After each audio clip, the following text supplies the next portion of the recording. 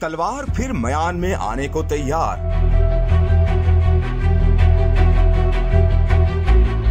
शाह महमूद कुरैशी की खान से मुलाकात।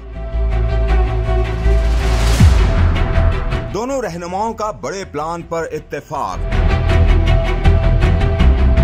तल्ख कलामी, नाराजगी और दूरियां, ये सब जिंदगी का हिस्सा है जो हमेशा से चलता आ रहा है, चाहे इंसान सियासी हो या गैर सियासी। हाल ही में vice chairman PTI Shah Mahmood Qureshi ने एक मर्तबा फिर से कायदे तहरीक इंसाफ से मुलाकात की। मीडिया रिपोर्ट्स के मुताबिक खान और शाह महमूद कुरैशी के माबैन होने वाली मुलाकात में मौजूदा सियासी सूरत हाल, पीटीआई के गिरफ्तार रहनुमाओं और कारकुनान की रिहाई के लिए इकदामात पर तबादला ख्याल हुआ, जबकि इस दौरान दोनों रहनुमाओं ने नई हिकमत अमली प्लान समेत दीगर अमूर पर भी बातचीत की। वाज़ेह रहे कि इससे कबल शाह महमूद कुरैशी ने कायदे तहरीक इंसाफ से एक मुलाकात की थी, जिसके फौरी बाद दोनों रहनुमाओं के माबैन तल्खी की इत्तलात मंजर आम पर आईं।